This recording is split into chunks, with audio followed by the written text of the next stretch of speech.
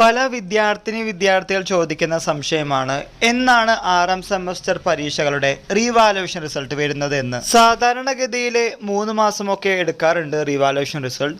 എന്നാൽ barcode system വന്നതിന് ശേഷം 2 മാസത്തിനുള്ളിൽ നിങ്ങളുടെ റിസൾട്ടുകൾ വരാറുണ്ട്. മാർക്ക് കൂടാൻ ശ്രമിക്കുന്നവർ, തോറ്റ പേപ്പറുകൾ ജയിക്കാൻ ഒരു ശ്രമം നടത്തുന്നവർക്കുള്ള വലിയൊരു പ്ലാറ്റ്ഫോം തന്നെയാണ് റീവാലുവേഷൻ റിസൾട്ട്. പലരും ചോദിച്ചിരുന്നു എന്നാണ് PG അഡ്മിഷൻ സ്റ്റാർട്ട് ചെയ്യുന്നതെന്ന്. UG അഡ്മിഷനാണ് ഇപ്പോൾ നടന്നുകൊണ്ടിരിക്കുന്നത് കാലിക്കറ്റ് യൂണിവേഴ്സിറ്റിയിൽ. അധികം വൈകാതെ തന്നെ PG അഡ്മിഷൻ സ്റ്റാർട്ട് ചെയ്യും. ഇതിനിടയിൽ പലരും ചോദിച്ചിരുന്നു ഞങ്ങൾക്ക് PGക്ക് അഡ്മിഷൻ എടുക്കാൻ സാധിക്കുമോ എന്ന്.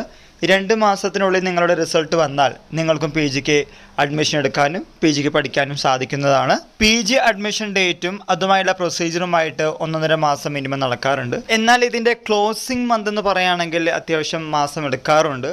സോ താല്പര്യമുണ്ടെങ്കിൽ റീവാലുവേഷൻ റിസൾട്ട് വന്നതിന് ശേഷം നിങ്ങൾക്ക് PGക്ക് അപ്ലൈ ചെയ്യാവുന്നതാണ്. ഇക്കാര്യം മനസ്സിലാക്കി മുന്നോട്ട് പോവുക. ഇതുമായി റിലേറ്റ് ചെയ്യുന്ന എന്തെങ്കിലും സംശയങ്ങളുണ്ടെങ്കിൽ നിങ്ങൾക്ക് കമൻറ്റ് ബോക്സിൽ കമൻറ്റ് ചെയ്യാവുന്നതാണ്. എല്ലാവർക്കും ഒരിക്കൽ കൂടി നന്ദി, നമസ്കാരം.